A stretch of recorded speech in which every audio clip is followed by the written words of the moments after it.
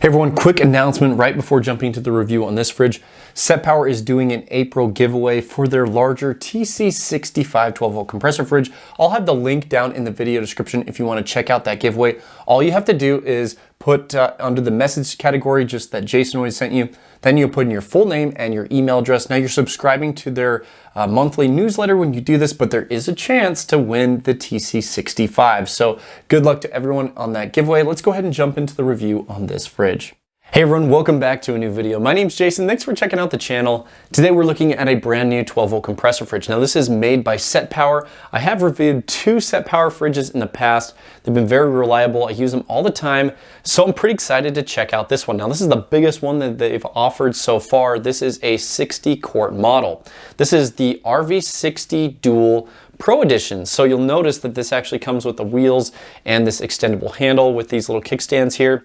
Now there's one other feature in this fridge that sets it apart from most other competition in the market, and that's because this fridge has a removable divider. So if you look inside, you'll see there are two individual compartments, but you can actually remove that divider out and then turn this into a single zone fridge. So say you want to have 60 quarts of just a fridge, that's great, take out the divider. If you want to have a fridge space and a freezer space, put the divider in and then you have individual control over both sections. So very cool that this fridge has the removable divider.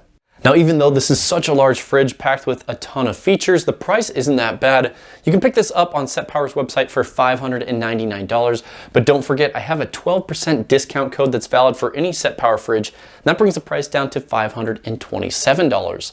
Now with that price, you do get a 3-year warranty on the compressor inside and 1-year warranty on all the other parts. And in the rest of the video today, we're gonna first jump into the inside of the fridge, show you how everything works in there. We'll talk about the control panel and all the features on the outside. And then I have some extensive power consumption testing that I've done both on single mode and dual mode at 2 different temperatures, over 100 hours of testing on this fridge. Hopefully you guys are excited. Let's just jump right into it. Now before jumping inside the fridge, let's talk about the lid and latching system. You can see how big the latch is here. It's really easy to open up and it kind of auto closes. So it's always nice to have a nice latch. Now you can also see the thickness of this lid. It is insulated, which is really good. You can see the insulation plug here. Now this does have a foam gasket that goes around the entire inside, so it should have a really good seal. Now one benefit to this lid is it's reversible. You can actually take this off, flip it around and put it on this side, and it actually changes the latch from each side. And you can open it from either way, which is really cool on a budget fridge like this. Okay, so now we're looking at the inside of the fridge. You have your large zone on this side and your small zone. This is usually the fridge and this is the freezer. Now the freezer does come with this removable basket, so let's go ahead and take that out.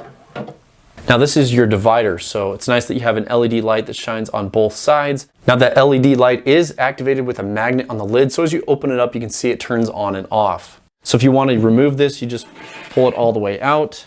And now you can see it's one large zone. So you can run this as a freezer or a fridge, but it disables one of the thermostats, so there's only one thermostat active. Now you can see down here at the bottom, you have 2 temperature sensors. They are exposed, so it actually leads to pretty good accuracy on the temperature inside the fridge. And at the very bottom, you have a included drain plug. So if you happen to have a spill, you can just rinse it out and then wipe it down.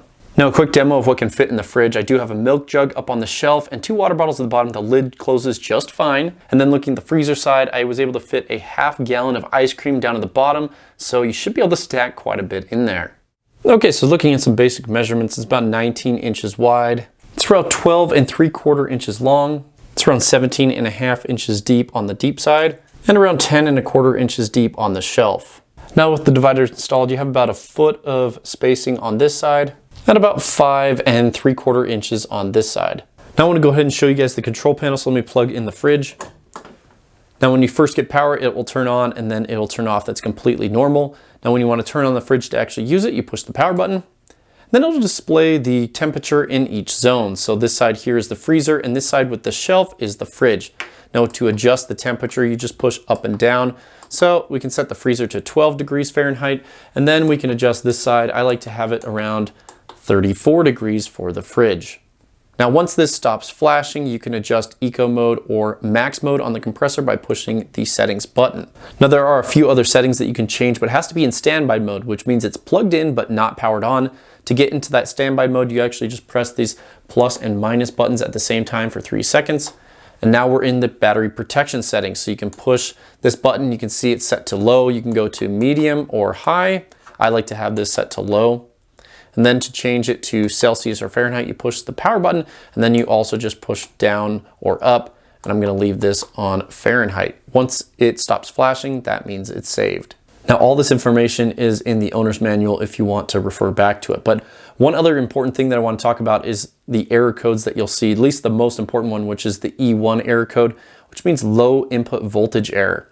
Now, that's why I mentioned I like having the battery protection setting to low, because some stock vehicles have some really junky wires in them, so you'll get a lot of voltage drop, which causes the fridge to think that the battery voltage is too low, and then it actually cuts off the compressor, so you'll get that E1 error code. So the best way to fix that is by setting this to the low battery protection, and then just making sure your battery is fully charged up. Now, if you are planning to run your 12-volt compressor fridge off a power station or a standalone lithium iron phosphate battery, you usually don't have to worry too much about voltage drop, so you shouldn't have to adjust those settings. Now, I always recommend to have a power station with a regulated DC output and at least 500 watt hours of capacity to give you a decent runtime on the fridge. Well, now that we've talked about the inside of the fridge and the control panel, just briefly want to talk about some of the features on the outside. Now, the Pro model comes with this extending handle, which is really nice. It has these two locks. Let's see if I can get it. You just push these and then it opens up, and then you can extend that out, and it makes it really easy to move around because of the wheels and the leverage you get with this handle. Now, to get it to go back in, you just push each one, and then it will go and lock back in place. Now, you do have the ability to remove this handle and install a secondary handle just like the other side, which I'll show you here in a second. Okay, so on the other side of the fridge, you have the handle here. Now, this is a spring-loaded handle, so when the fridge is full, you're carrying it, it gives you plenty of room for your hand, but then when you're not using it, it actually tucks itself away and takes up less space. Now, the two wheels that come with this fridge are quite large in diameter. It's about 6¼ inches, so it should roll over grass or small gravel without any problems. They have a really durable plastic core with a softer rubber feel to them on the outside. Now, the only worry that I have is there are two hand nuts that are underneath on the frame as it attaches to the fridge, and I think those will actually scrape over some small bumps. Now, there are two different ways to power up this fridge while you're on the go. You can use the AC to DC wall adapter. If you're in a hotel on a road trip, you can power it up overnight. And you can use the DC power cable to power it off of a power station, your vehicle socket, or another battery source. You just plug these both in right here and it'll work. There's also a 15 amp fuse, so if it doesn't power up, you know that you need to replace this fuse. Okay guys, it's one of my favorite parts of the video. We're gonna talk about power consumption with this fridge. Now, if anybody's ever used a 12-volt compressor fridge, you know it has a compressor inside that pulls electricity. Now, on standby mode, it pulls around 1 watt of power. That means the compressor is not running. When you have it on eco mode and the compressor is running, it pulls around 41 watts. And then when you have it set to max mode, that means the compressor runs at a higher speed, it pulls 71 watts. Now, depending upon the ambient temperature outside and the set point, and whether you've had the divider in or not, it will use different amounts of power because the compressor has to run more or less. So I like to do two different tests. I like to do a 70-degree ambient test and an 85-degree ambient test. And I did 4 different tests with the divider installed and with it removed. So let's go ahead and jump into those numbers. So the first 2 tests that I ran were both at 70 degrees, one with the divider and one without. So as a single zone set to 36 degrees inside, over the first 24 hours, it pulled 261 watt hours. If we divide that out, that's around 10.8 watts average. Now the second 24 hours, I actually put the divider in, had one side set to 36 degrees, one side set to 13 degrees, and over 24 hours, it pulled 432 watt hours, or around 18 watts average. Now moving on to the 85-degree ambient test, I actually take the fridge and put it in a closet with a heater and let it run for a long period of time. So I'm using a lot of power here with the heater running in the background, but I think it's worth it for the test. So during the first 85-degree ambient test without the divider, so it's a single area set to 36 degrees, the fridge pulled 577 watt hours, or an average of 24 watts. I then did a test for another 24 hours and put in the divider. I had one side set to 36 degrees and the other set to 13. And over 24 hours, it pulled 792 watt hours, or an average of 33 watts.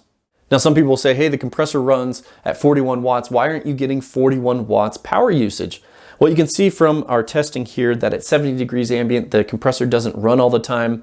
And at 85 degree ambient, it still doesn't run all the time, but it gets closer to that. Remember, 70 degrees, we saw around 10 to 18 watts, which means the compressor was at least running half the time, but not all the time. And then we stepped up to 85 degrees, we saw around 24 watts to 33 watts. So it's almost running all the time, but it's not quite getting there. Now, I think if you had this in a 100-degree environment, you would see it running all the time. So think about a hot car in the sun. The compressor is going to run all the time, which means it will at least pull 41 watts on eco mode.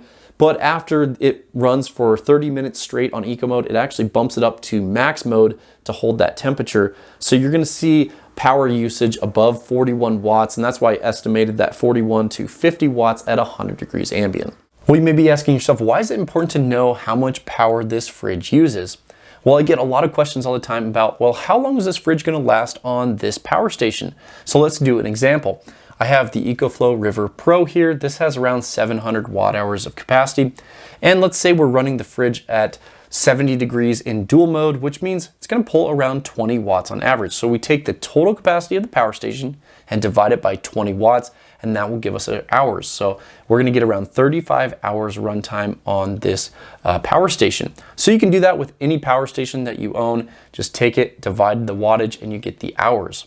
Now, what's really cool is you can throw in a solar panel and add much more runtime, because the solar panel will charge up the power station throughout the day, and then through the night, it's usually a little bit cooler and the power station will kind of run down, but once the sun comes up, you'll charge it right back up. So pretty cool. Now you guys know I have a ton of reviews about power stations, solar panels, and fridges, and it all just comes together perfectly.